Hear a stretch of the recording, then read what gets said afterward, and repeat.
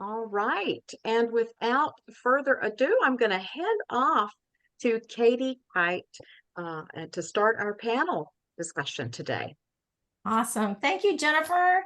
Good morning, and thank you to everyone for joining our panel discussion today. As Jennifer said, I'm Katie Kite, and I am kicking off our first presentation of the day, which is creating a coaching culture. This is the first of three fantastic learning opportunities to kick off International Coaching Week, and I'm excited to be here with my colleagues to talk about this topic today. According to the ICF, a coaching culture is proven to be one of the most effective ways to increase employee engagement, enhance collaboration, achieve change management success, and improve both employee and team performance. So, what does it mean to create a coaching culture? Well, Transcend International says that a coaching culture is one that inspires, encourages, enables, and empowers its people so they can bring their best to their work and by extension to their lives. The Center for Creative Leadership says that this is a business imperative, not just a nice to have. It's about creating shifts to enable your entire organization to reach its full potential. It's those unwritten rules, the values, the norms, the behaviors that create the mindsets and actions that become a key part of a company's identity. A coaching culture creates a climate where people can freely give and receive the feedback they need, support and stretch thinking, stress test ideas, and engage in development and conversations that might be short in length, but are strong in impact. So today, whether you are an internal coach, external coach, an HR professional, or an organizational leader, I think you're going to find valuable insights with us. So to level set, for the next 80 minutes or so, we're going to explore this topic, and hopefully you'll leave having a better understanding of what a coaching culture looks like, the diversity of opportunities that contribute to a coaching culture, and the ROI of having a coaching culture. Stacy Wynn is co-hosting with me today, and we'll be sharing information and data demonstrating how important creating a coaching culture can be to organizational growth and well-being.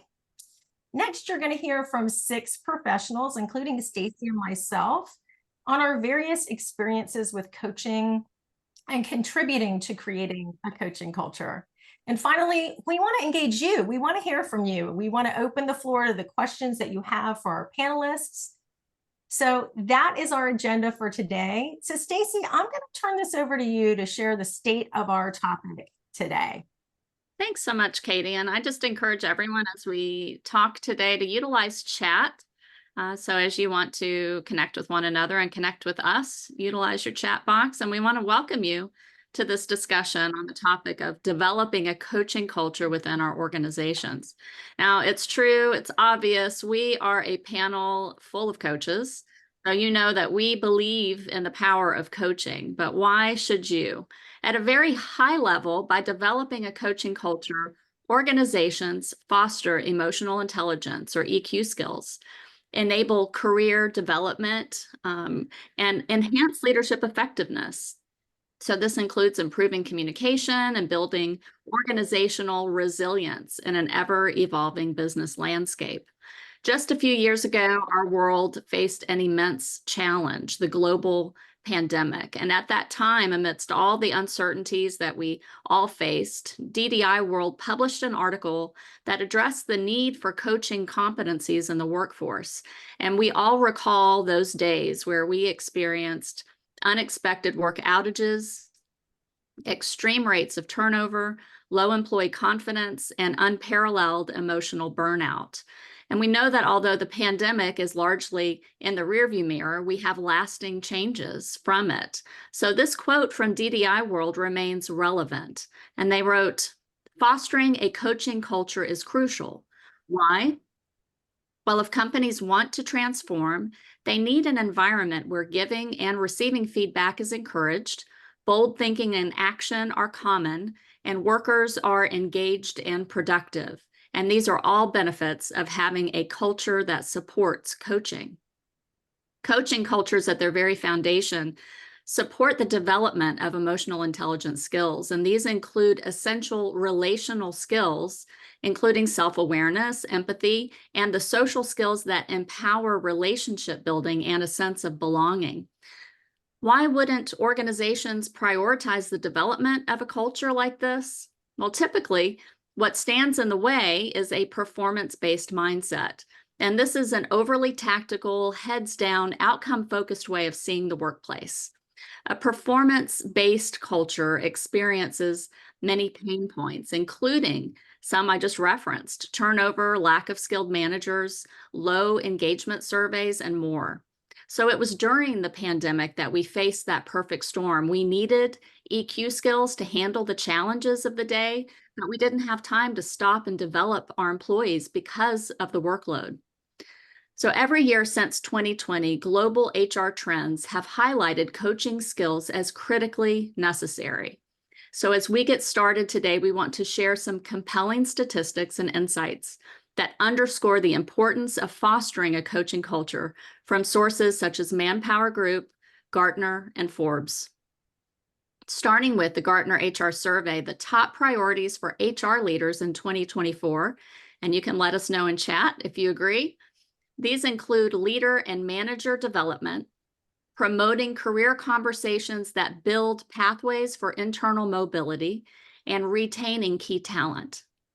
Forbes also highlights that 60% of HR leaders view developing management effectiveness as crucial for enhancing productivity, loyalty, and job satisfaction. And moreover, with a staggering 75% of employees experiencing burnout today, right now, Forbes reports this, there's a clear indication of the pressing need for organizational support and development initiatives. Manpower Group statistics further emphasize the challenges faced by HR leaders with a significant focus on talent acquisition, burnout, and skill building. These challenges underscore the pivotal role of coaching in navigating change, fostering resilience, and cultivating an engaged workforce. So the Human Capital Institute and the International Coaching Federation published a report titled Defining New Coaching Cultures.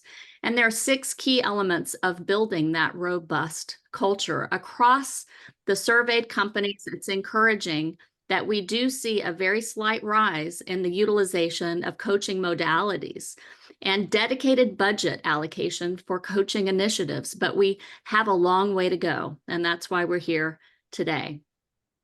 So indeed, by providing training on coaching skills, providing access to professional coaching, and by reinforcing the value of coaching cultures, organizations like yours are empowered to face tactical challenge in a relational way that binds organizations together. And you'll hear from us on the panel in just a second. And as coaches, we know that when we foster coaching skills in employees and leaders, organizations that we work with ultimately address their pain points. So building a coaching culture not only enhances engagement and productivity, but facilitates those EQ skill building components that lead to more effective conflict resolution, communication, and change navigation. So published statistics and our own insights clearly correlate organizational success with the development of coaching cultures. So as we begin and embark on today's discussion, we'll explore the needs of your organizations and how you can leverage coaching as a strategic tool to nurture your talent, foster resilience in your workforce, cultivate emotional intelligence skills, and drive sustainable growth. So that is our foundation for today's conversation. Katie, would you like to introduce our panelists? Absolutely. Stacy, thanks for sharing that data with us today. So I'm very excited that we have 6 people that are going to talk to you today just about their experience and how this topic interfaces with their work. So I am going to start this panel conversation with a video. We have a couple of panelists that couldn't be with us today. Shally Peck, she's an experienced transformational leader who enjoys cultivating partnerships with high-performing organizations, working internally as a coach with high potential leaders to maximize their personal and professional potential. I am going to attempt, I am not the most tech person, to share her video with you. So give me a moment to pull this up on the screen and we'll get started with Shelly.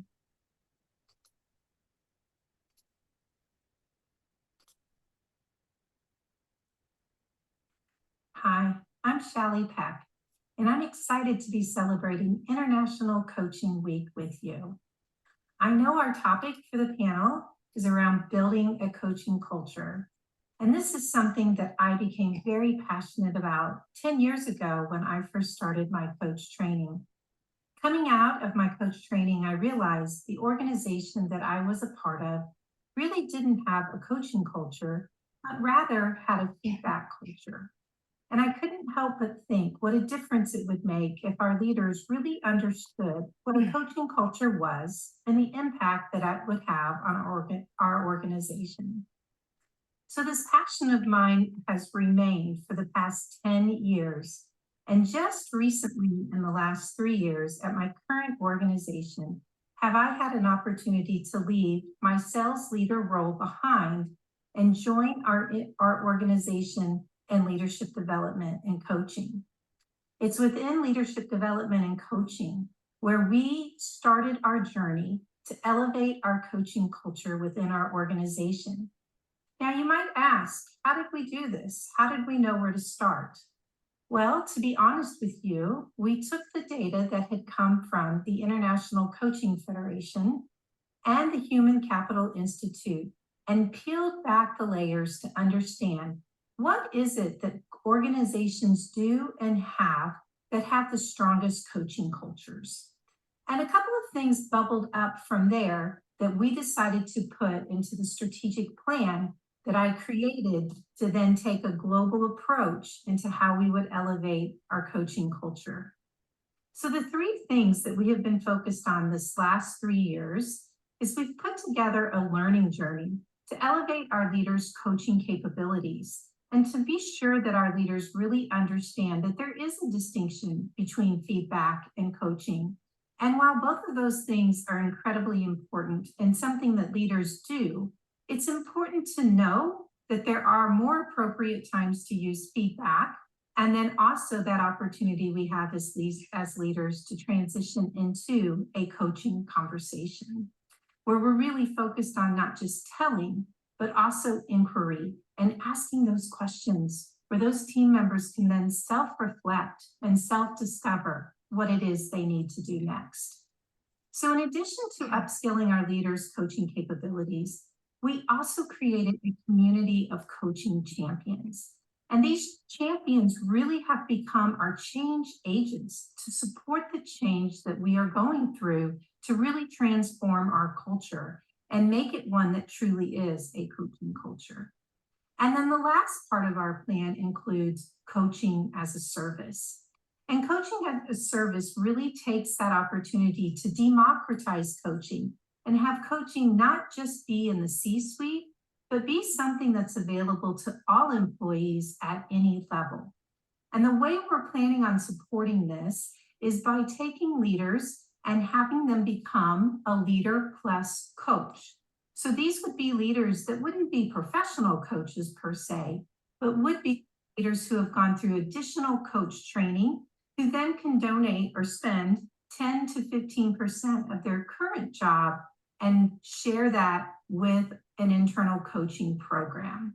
So we're still in the works of getting that together, but I can say that we have made huge progress in the last 3 years. And the momentum that we have is so exciting that I can't wait to see what we're going to do over the next couple of years.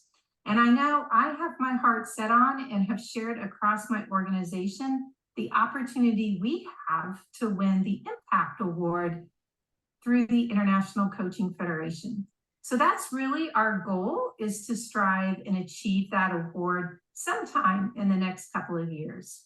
So it was so nice to join you today. I'm sorry I couldn't be there live, but I did want to take an opportunity to share. and also let you know if there's anything I can do to help, or if you have questions around what we've done at my organization, please do not hesitate to contact me.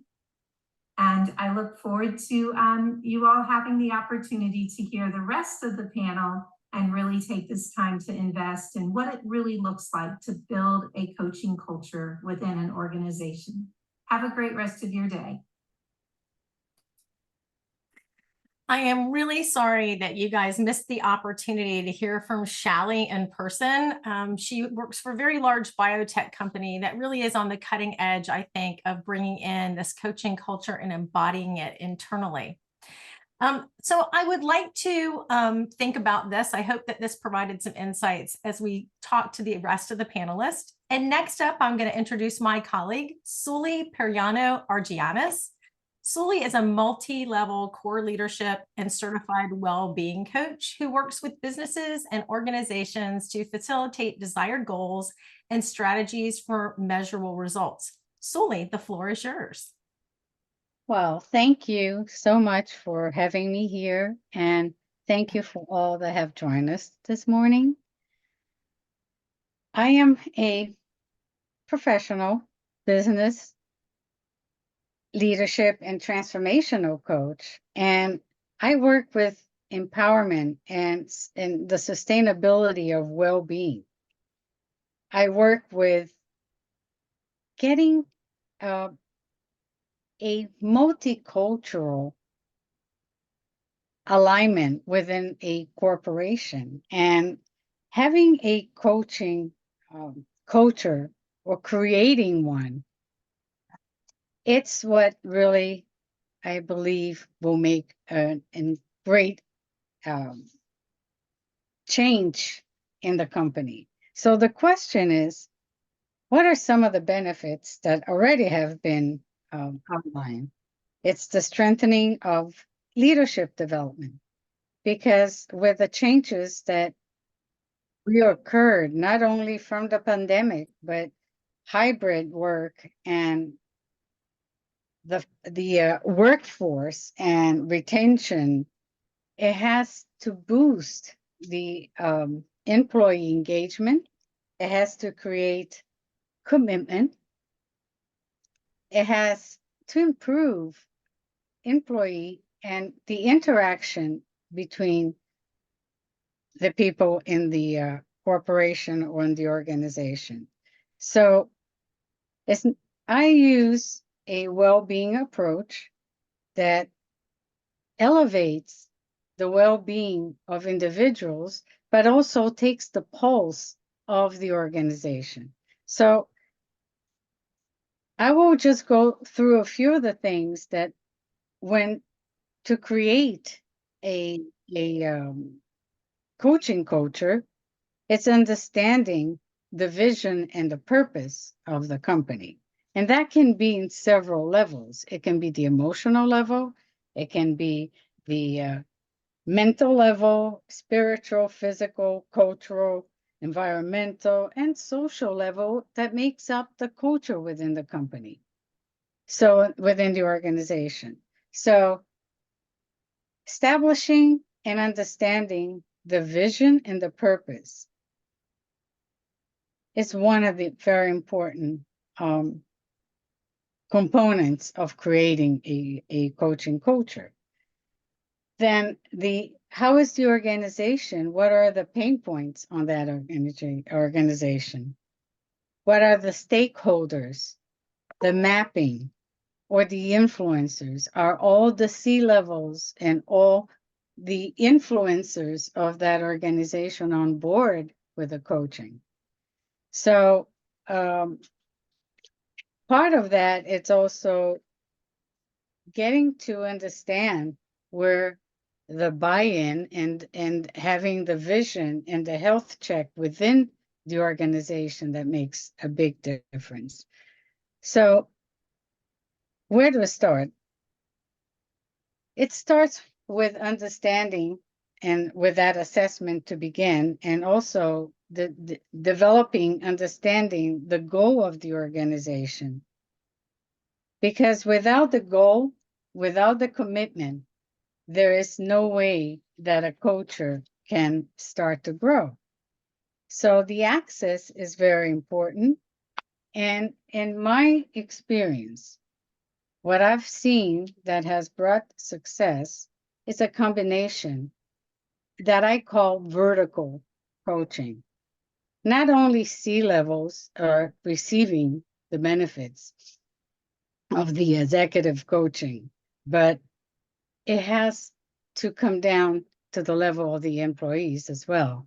So that will create a culture. I have an international background, and in coaching recently an organization in New York,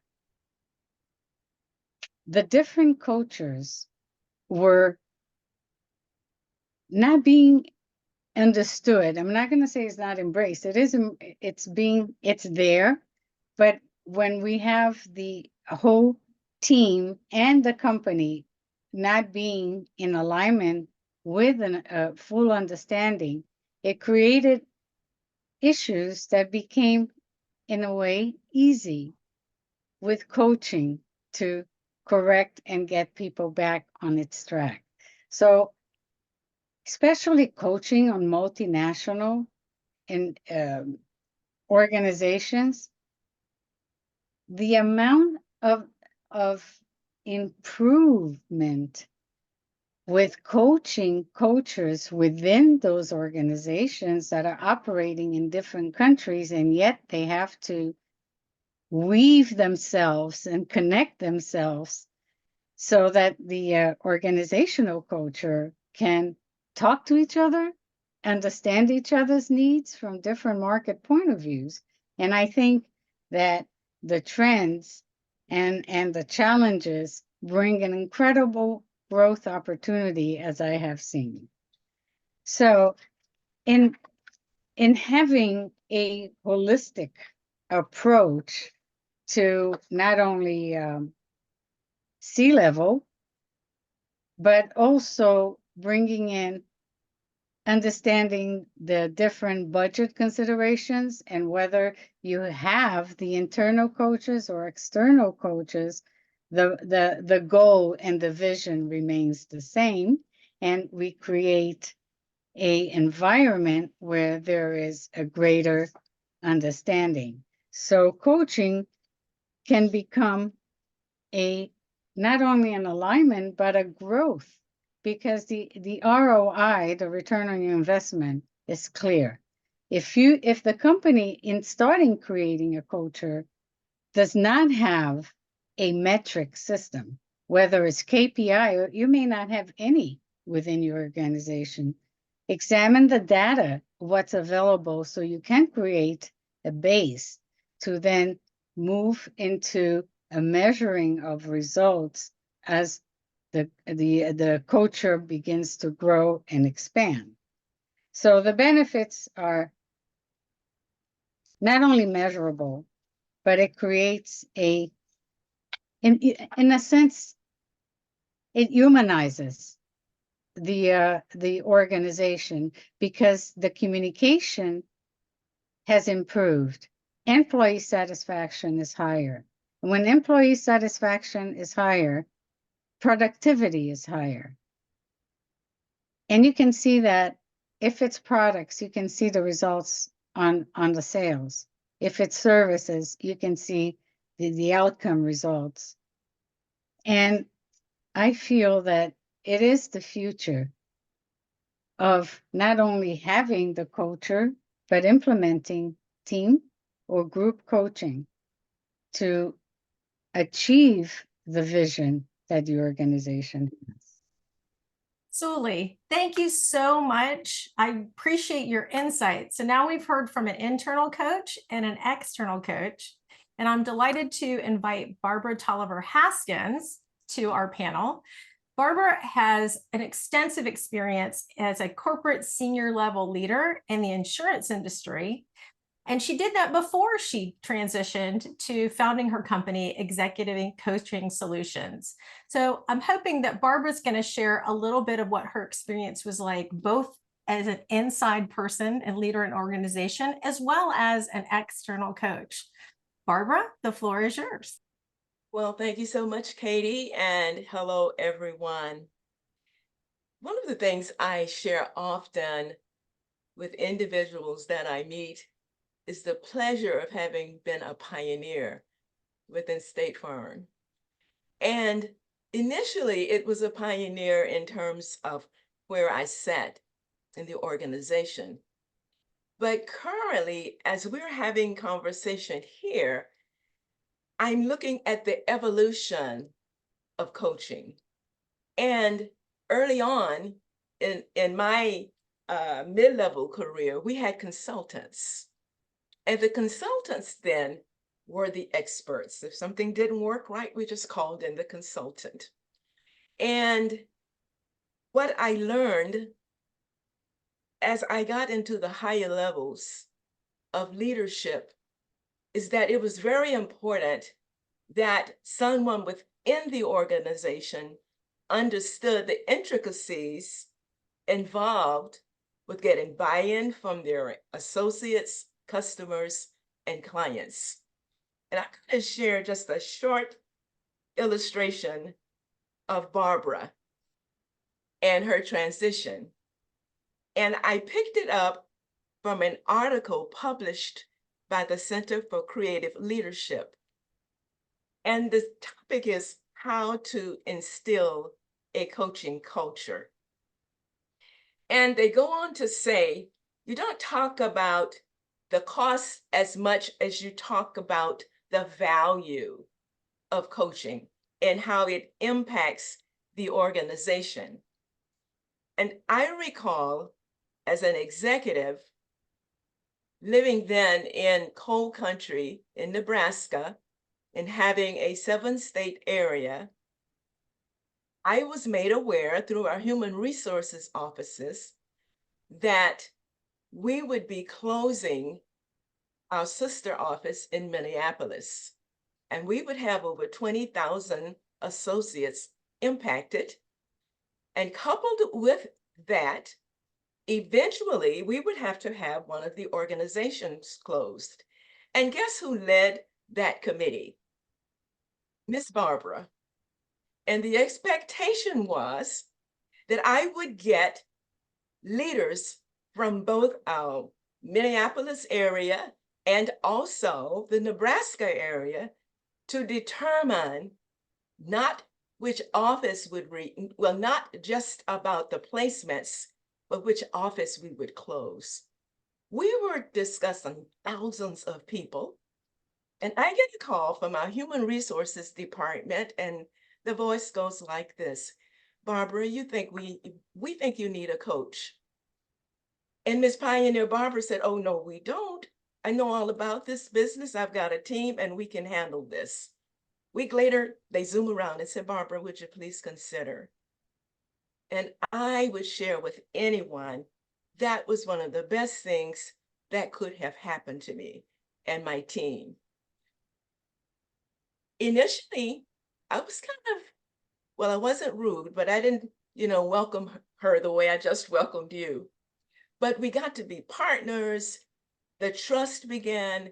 I took her into our meetings, and the decisions that we made impacting thousands of people. When you talk about demonstrating its values, I can't put a price on the experience that we went through. Calls from the governor, calls from individuals saying, should I send my kid to college? What do we do? When do we know if we're going to be misplaced? And it worked out very well because I had a coach and because I could actually have eye-to-eye conversations with my team with confidence. The next area that I will mention that they share, and I encourage you to read, it talks about making sure that coaching is a core element of your talent and leadership development. And that would include people like me who are seasoned, who are pioneers, who really know it all, but might need just a little bit more. So when we think about the coaching culture, think about the potential it provides. And as a pioneer, I just get really, really excited because we're going to have the consulting, the coaching culture, and what next? Because that's what life is all about. So I hope I've provided some insight in terms of not just having a coaching culture, but having an organization that's opening the doors to the world and to customers and clients in a very unique, caring, coaching type way. Thanks a lot. Barbara, thank you so much for sharing that experience. I think that's a really great way for us to have another perspective. Your experience in the pioneer and kind of a time when coaching cultures weren't even a conversation, and Right. that came up. So thank you for that. So now for a totally different perspective, Andrea Williams. She couldn't be with us today, unfortunately, but she is the Human Resource Market Director and HRBP for Advent Health Palm Coast. She is an SHRM SCP from the Society of Human Resource Management and the chairperson of the board of Take Heart for Africa, Inc. So while she couldn't be here, I do think that there's some value in this video from hearing from an HR perspective. So again, I'm going to try to share again. I did it successfully the first time. Let's hope that I'm lucky the second time. And let me share a few words from Andrea.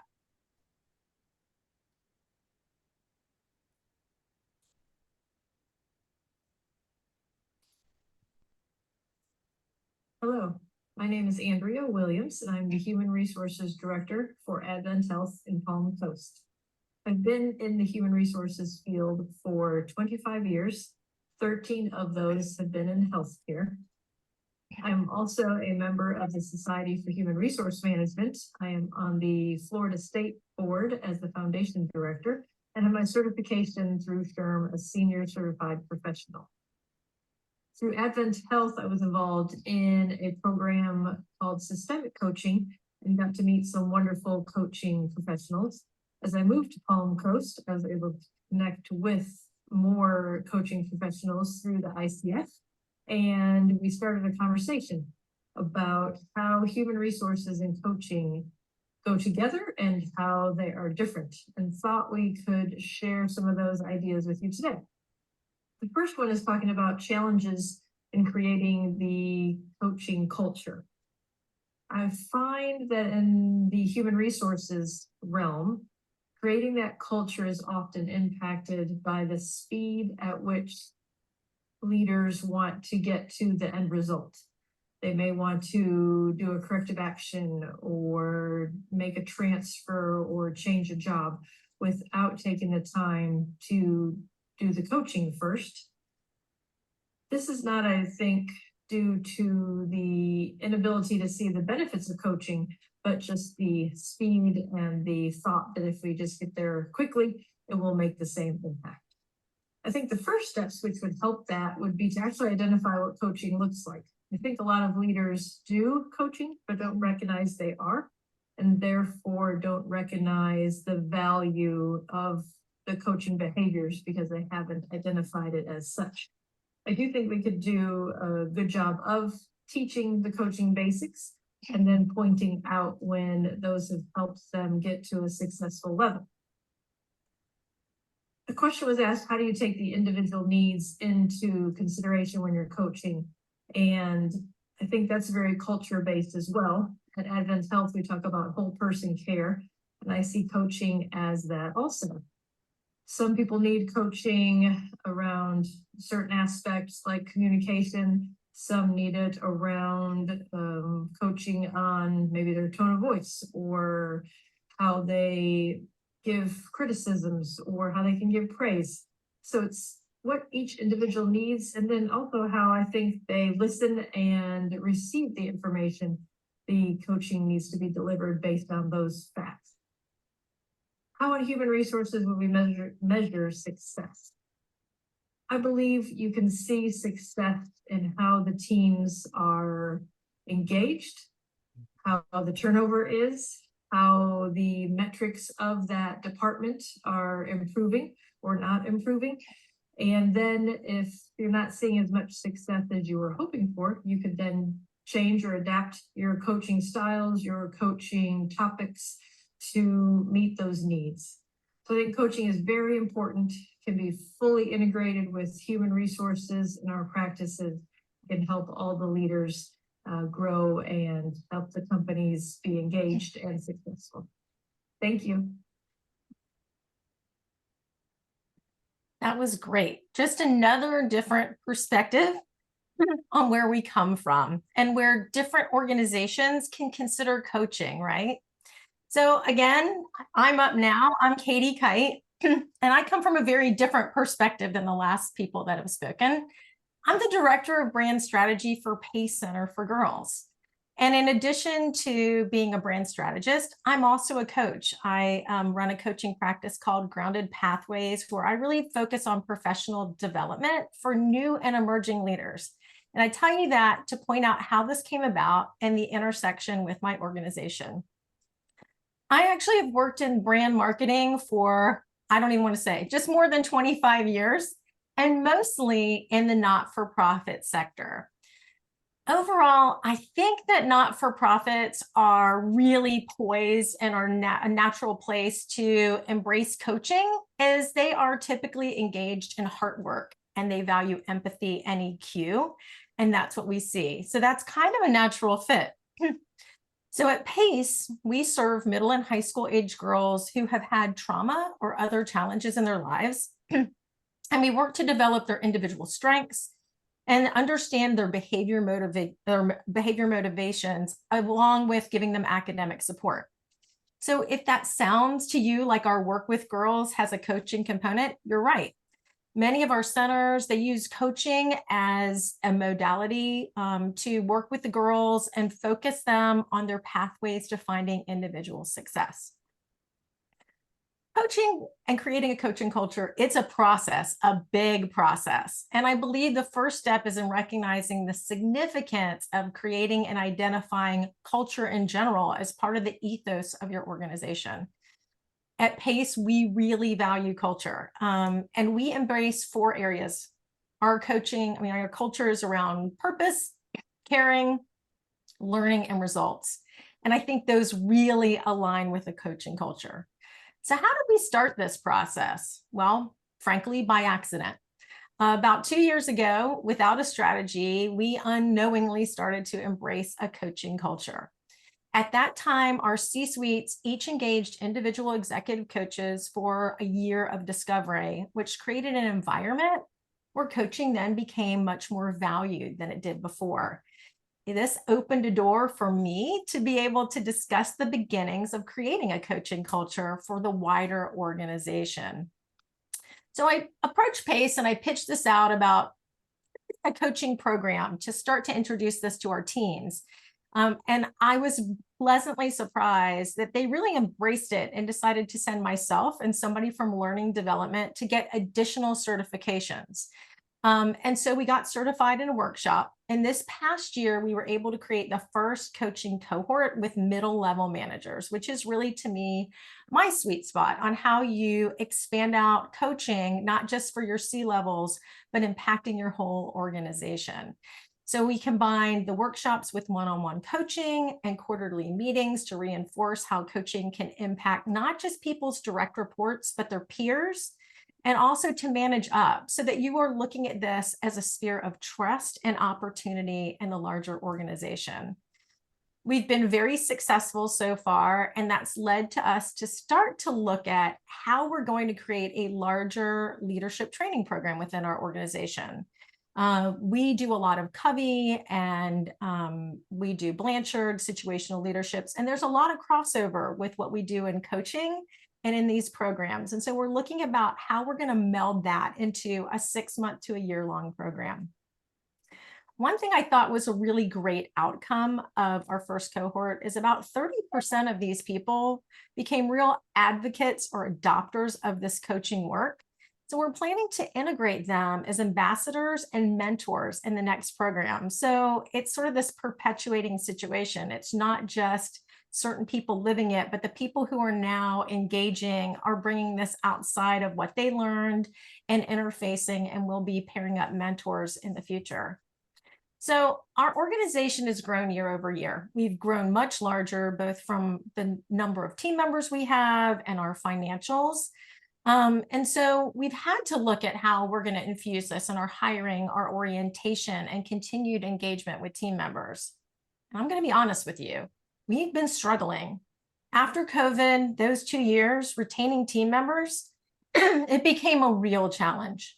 But with the systems that we've created, with the places that we've added from our C-suite coaching and bringing all these things in, we are finally turning a corner and seeing this investment pay off, and moving towards this coaching mindset. We're seeing our retention and our engagement increase. So one other thing I want to mention and how we do this is measurement, right? It's great to talk about it, but how do we measure this as an organization? Well, we've been doing internal surveys of those who are participating, and our organization uses the Gallup 12 questions. So as we continue to employ this, we will use the Gallup 12 questions and the individual surveys as well as our retention numbers to measure how this is going in creating this coaching culture. Overall, my goal is to work within the organization to increase measurement and to keep infusing this at all levels of the organization, from individual contributors all the way up. So this is a little bit about how a not-for-profit internally uses a coaching culture. Thank you for your time. And now I'm going to finally turn this over and reintroduce Stacy Nguyen. Stacy is a VP of Talent Management with Right Management Florida Caribbean. She brings over 20 years of experience with Fortune 500 business operation leadership and over 10 years of leadership coaching, group facilitation, and outplacement coaching. She is a professional certified coach, an IEQ 9, an MBTI and Hogan facilitator, and a 6 Sigma Green Belt. Wow, that is a lot to say, Stacy. I'm excited to hear what you have to add as our final panelist today before we get to those questions. Thanks. And I'm also really excited to get to the questions. We've had a couple out in the chat box. Please add yours if you haven't already. And I saw one quick raised hand, so know that we'll call for those as well. Thanks, Katie, for that introduction. I am in my second career now. For the first part of my career, I worked for a Fortune 500 company as an operations leader. And it was there that I really saw the impact of what a performance-based culture can do to an organization, one that is really focused on the work at hand. Very little time is spent on developing succession planning, developing skills, really helping employees build a mechanism for dealing with and navigating with all of the changes that happen on a day-to-day basis. And it was there that I also was able to invest time as a leader in my own staff and my own department, and really bring specific training to them that I now know, maybe not so much then, but now see as coaching training. So the skills required for leaders to develop coaching skills. And if you're heading into the next workshop, then Mindy McManus and I will give you a taste for some of the quick skills that leaders can learn for coaching their teams. Now, I am now with Right Management, and I have been with Right for about 7 years. And the wonderful part about this transition is I get to continue my focus and passion for developing leaders. And I will just cite one way that we do that that is very impactful, and that is building leadership development programs with organizations. And it leverages a lot of different components that work together to build a coaching culture. One of those is self-assessments. So we do provide a bulk of assessment options and use those as a foundation for the cohort members to really learn about their style and also learn about the styles of those with whom they work. And then we have group coaching workshops where the cohort meets in its entirety, and we learn different skills that are required for leaders, how to balance tactical and strategic skills.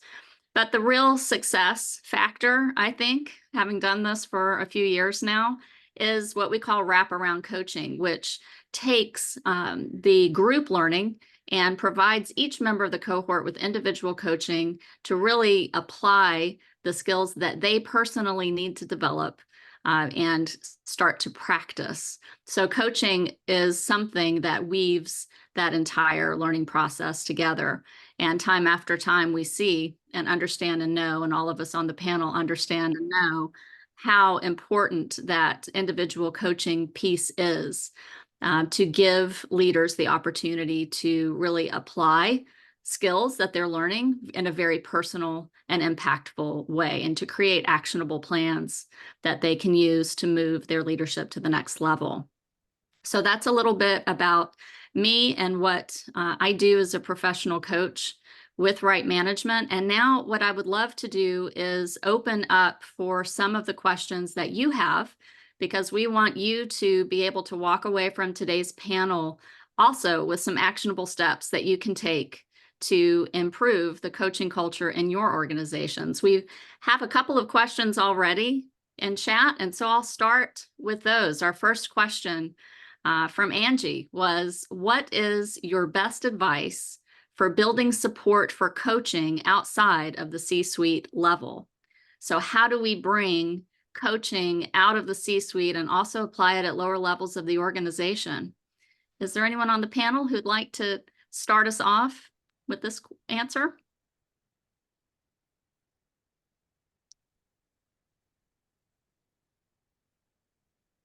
I'm happy to kind of chime in because I've done this a little bit.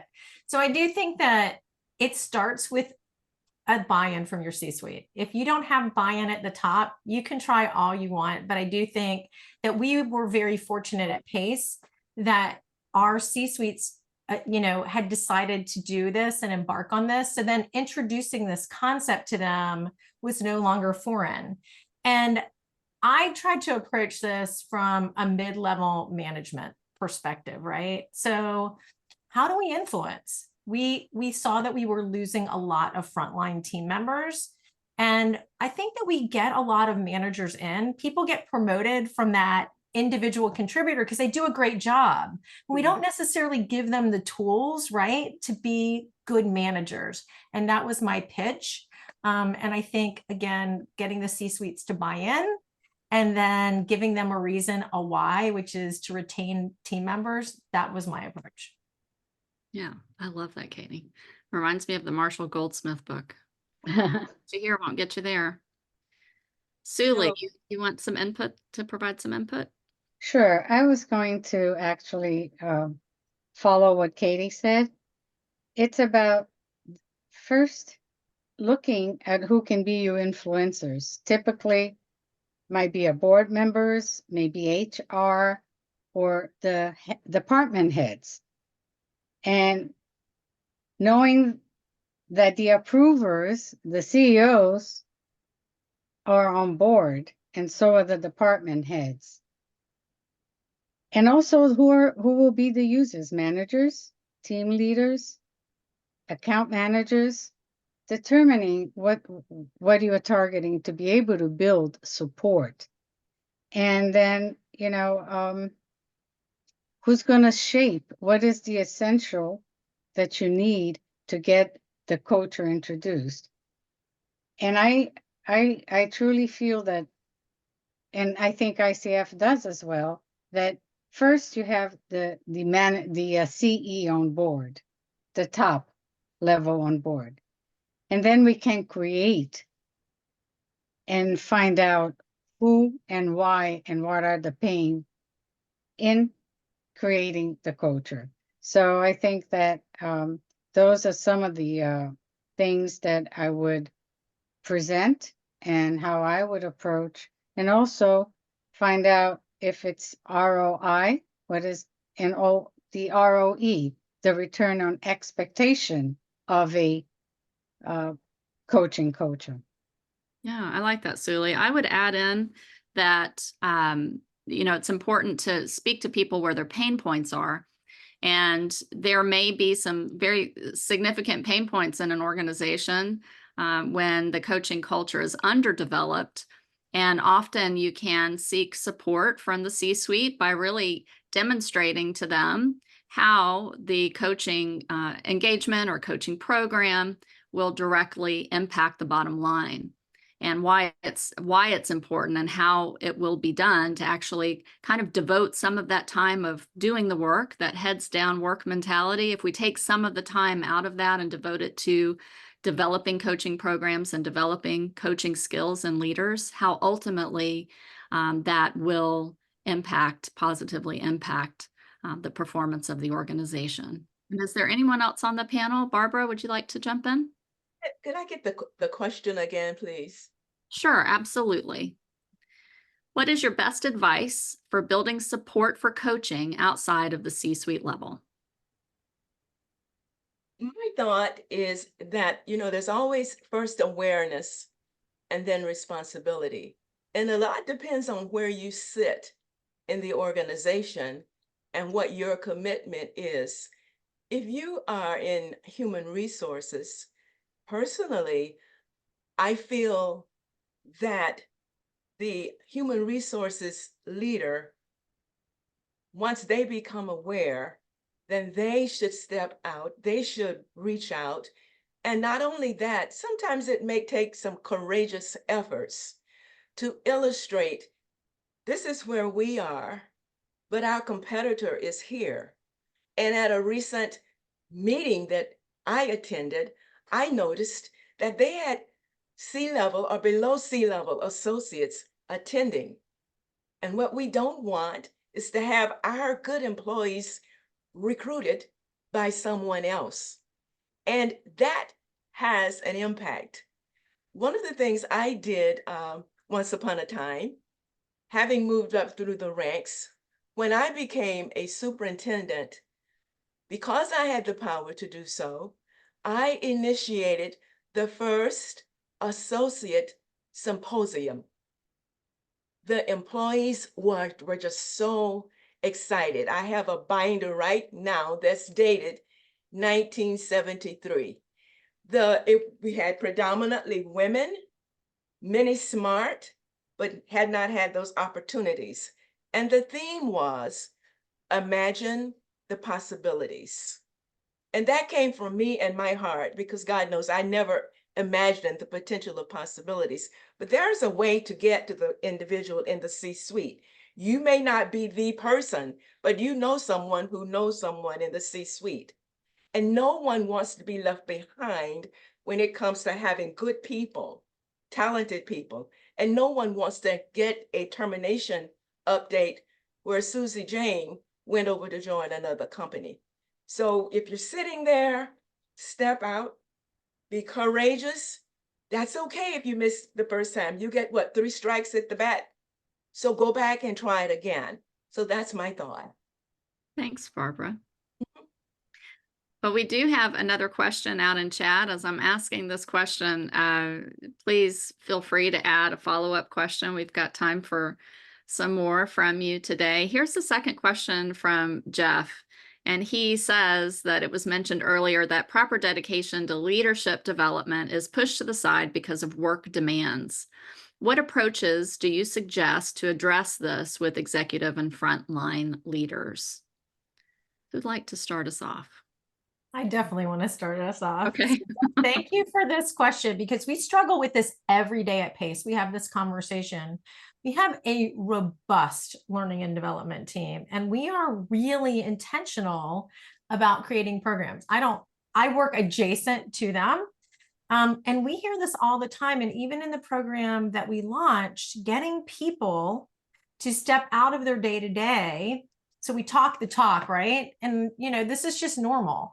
The C-suite, our leadership, we really encourage professional development, and we give a lot of it and thousands of dollars worth for free. But having people find the time is the challenge. And I do think that when you create a coaching culture, and this is where we are, and maybe not a great answer, but the struggle is real, is how do we really then start at the top? It really starts at the top to say, if you say it, mean it. Hold the others, hold yourself accountable. So the next time you want to go to a VP or a senior director and tell them that it's time sensitive, maybe ask first what's on their plate and are they engaged in development. One of the things we're looking at, Jeff, as we look at this leadership development program is What are we asking of them? What is the time commitment? Can we break things in smaller amounts? So it's a monthly ask of just a few hours versus maybe a 2-day training. So we're looking at being creative so that we can fit within those things. It's not a perfect answer. And I think I just share in kind of asking it and thinking about it from a real way, but I appreciate you asking that question. Fantastic. Anyone else on the panel want to contribute thoughts to this question? I have a gazillion thoughts too. Me too. So just what Jeffrey says, I get it. And I feel that the results of coaching on a vertical level, that on the initial culture establishing or presenting the importance of not only the C-levels, but trickle down vertical down to the front line, because it's C-level may receive the coaching, but the stakeholders or the clients that are receiving the interaction with the front people may not have the coaching ability. So the thought of a vertical coaching is very important. I understand nobody has time, but you know, there are so many things that even a half hour of coaching can be introduced that can really make an incredible difference. And there's a lot of studies and a lot of companies offering 30 minutes coaching in individuals. So I understand, I think, what Jeffrey's saying, not only leadership development, but leadership in every level that affects the organization. Thanks, Suli. And I would say just this conversation that we're having, how do you get leaders to embark on this learning curve, right? It requires coaching skills in and of itself. So this is why coaching culture is so important, is because within the organization, we feel pain and we point to that and we try to resolve it. And typically we resolve it by throwing bodies at it or resources. And not always do we stop and really ask some important questions and collaborate and use some of the soft skills that we need to in order to make sure we're moving forward in the right way. So coaching culture is something that really enables us to have difficult conversations and intense moments in the life cycle of our organizations. And just getting leaders to see that the way that they do things, maybe the intent and motivation behind that is a great one, but that they'll actually have better outcomes to step out of their comfort zone and try meeting their people a little bit differently, meeting them where they are in order to really capitalize on perhaps a skill set that they're not currently utilizing. And then the proof's in the pudding. When they start to incorporate those skills and see the benefits, then it becomes contagious. And that's when the coaching culture kind of takes flight in the organization. Katie, I see out here there's a follow-up question for you from Doug Wilder. Do you see that one in chat? If not, I'll read it to you.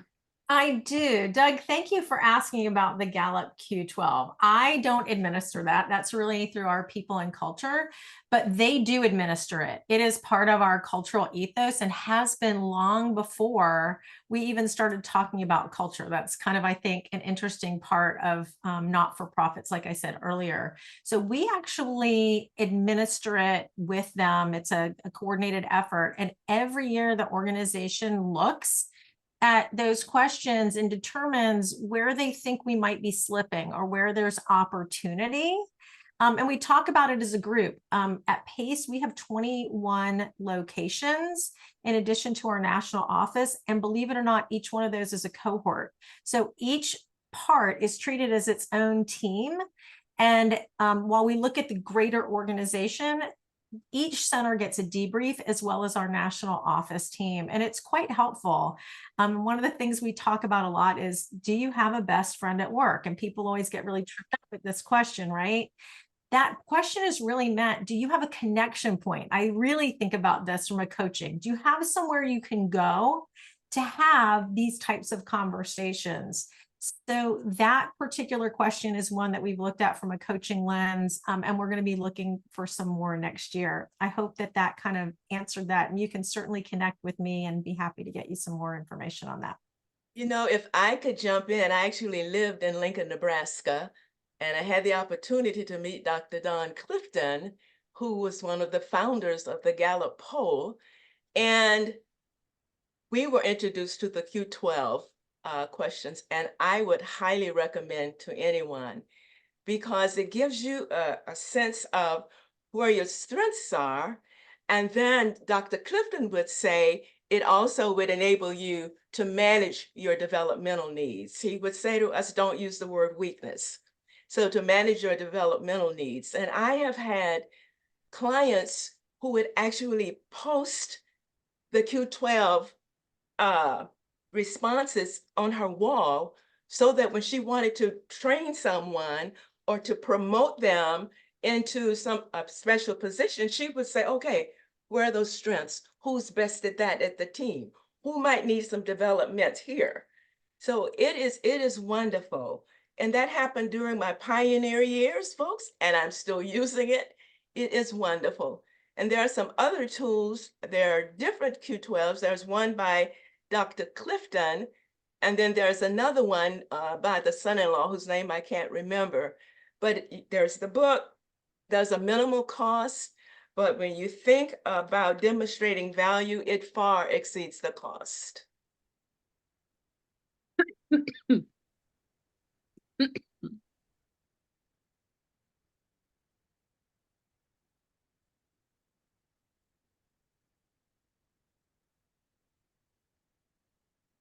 Sorry about that. Katie, do you want to read the question that we received? Sure. Marilyn asked a question earlier. And the question was, what are some challenges that external coaches have to navigate when convincing leaders to accept coaching in their organizations beyond performance improvement?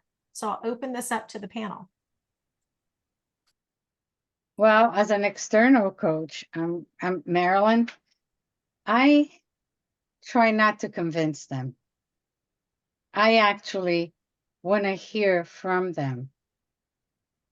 What do they feel are some of the areas that they could see greater improvement? And I'm not talking about performance. It can be so many other factors, a totally disengagement, totally disconnect within the company, and not feeling of the work balance, whatever it may be.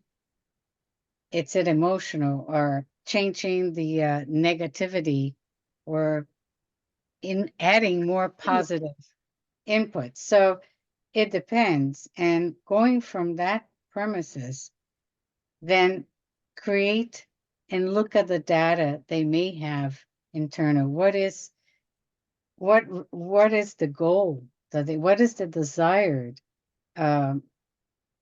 goal objective that they would like to achieve? And based on those and looking at the data or creating some very easy in-house survey, it may be feasible to come up without having to convince the C-level. And that's something that has worked for me. I'm just sharing. Yeah, thanks, Julie. I think too, perhaps there's a potentially a lack of trust within the organization. So that may be something that needs to be cultivated a little bit on the outset of launching coaching within an organization. Because the lack of a coaching culture means that the connections are not relationally as deep as you might want them to be. So starting off with building that network and building that trust level perhaps means that as an external coach, you go in and work with the C-suite first, work with the leaders first, kind of launch the program at that level.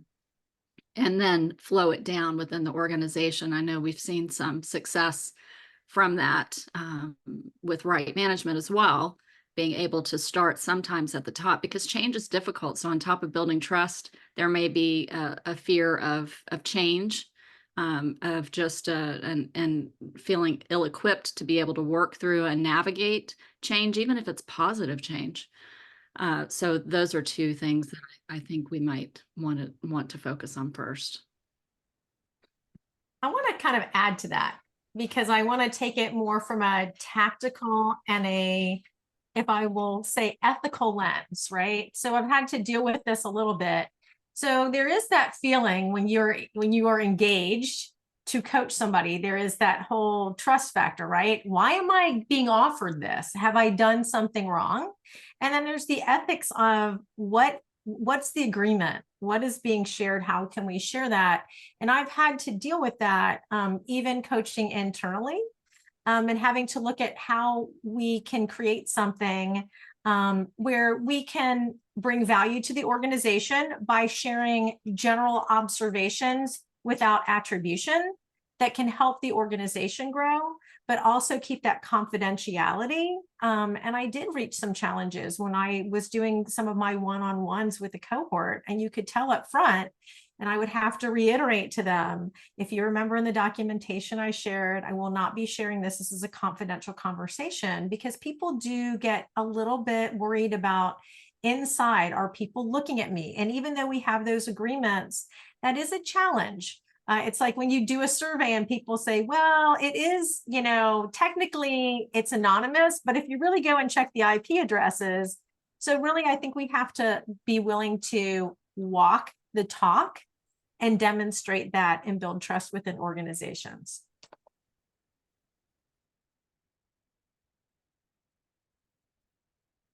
Perfect. Anyone else have any final thoughts there? There was a time when folks didn't trust coaches. There was a time when the leader felt that they had complete control and they understood the business. So it didn't happen overnight, but somehow, if it's valuable enough, then we keep moving along, we keep moving forward. We don't get angry or give up, especially if we have illustrations of success, even if from other organizations, if you have a passion. And then it also becomes, it's not about me, it's about our group, it's about our team. It's about those individuals who get up and come and work for us every day. What might I be missing? Or what else might I share? Or who might my top person or my C person know that I know that may have some conversations? But it's not going to happen overnight, but that doesn't mean it can't happen. Thanks, Barbara. And I see Doug responded in chat that he worked with the C-suite first, and then the management level, and then gave the management level tools to pass it down through the organization using the Gung Ho book as a guide to changing the culture. Mm-hmm. And I wanted to see, as we are wrapping up the panel conversation today, just to let you know, we will have at 11:30 our next program, which is a workshop. So stay tuned for that. And I would like to ask you to either utilize chat or start your video and utilize audio here to tell us one way that you'll make some of this content actionable for yourselves, what thoughts you might have, insights that you want to directly apply, whether that's to your practice or within your organization. Does anyone like to share? And while you're doing that, also check out Jennifer's link. So if you look at chat, Jennifer Torres has posted the session evaluation. It just takes a quick moment to give us some feedback. We want to make sure that we hear from you so that in the future, when we come back and build similar types of programs for you, that they are meaningful and give you what you need to make coaching work for you. So I'm going to pause really quick and see, does anyone want to share an insight either in chat or on audio?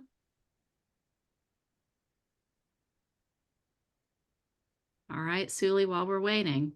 Yep. I was going to share something that I did work with establishing empowerment within a nonprofit women empowerment group for the past 4 years. One of the things that proved successful was establishing a pilot program. And we also did a group coaching, inviting everyone in different positions to attend. And then we ran a pilot program for the first year. And that really proved to be quite impactful in so many levels. And to Marilyn's point, that it might be also an option as an external coach to prepare a program or a strategy that is attractive to all, where the fear is diminished when it's the group presentation on what coaching is. It's true. Thanks. Jennifer, maybe I can have you answer this question from Doug. Do we have the contact information for each of the panelists? How are we going to, will we reply with some of that information to those who've registered today? Yes, absolutely. And so they can just reach out through the chapter and we'll be able to provide that information. Perfect. All right. So actionable items, let's see. One actionable way to get started with developing a coaching culture is to come to the next session at 11:30. So before we do that, we're going to take a break. And before we take a break, Katie, can I ask you to come back on and kind of wrap us up here? Absolutely. Thank you so much. I really want to thank Stacy Wynn, my co-host, and for all of her work today and being a panelist. And of course, all of the panelists who provided interesting and diverse insights and information to make this a truly impactful kickoff to our day of learning. Suli Piriano Argenes, Barbara Tolliver Haskins, and of course, our two people that couldn't be with us today, Andrea Williams and Sally Peck. As you heard, please fill out the survey that Jennifer's put there. We'll let you know who we are, but you can find all of us on the ICF North Florida website, but we can certainly share that out. And don't miss our next topic, coaching skills for leaders. And then of course, we'll have a 1-hour lunch break, and at 2 o'clock, our last session, which is the ROI of coaching. So I want to thank all of you for being a part of this today, both our participants and our panelists. And thank you, Katie. And one other shout out, this is our 25th anniversary celebration this week as well. We've extended that invitation to all of you, but want to share that reminder. If you are in town, please join us. It is going to be a great time of networking and connecting and celebrating. So we'd love to see you there. You can join if you haven't already. Register as a VIP if you're not a member. We are hosting this for you and would love to sponsor you to attend and meet us there. You can just register through the website. So see you back at 11. Jennifer, one last impromptu thing. I've noticed some questions. I'm wondering if we can put together a follow-up email to all the participants with the links to the video and the panelists' information sometime in the next week or so. Absolutely. We will be following up and look forward to staying connected with you. Thanks, guys. Bye. 10-4.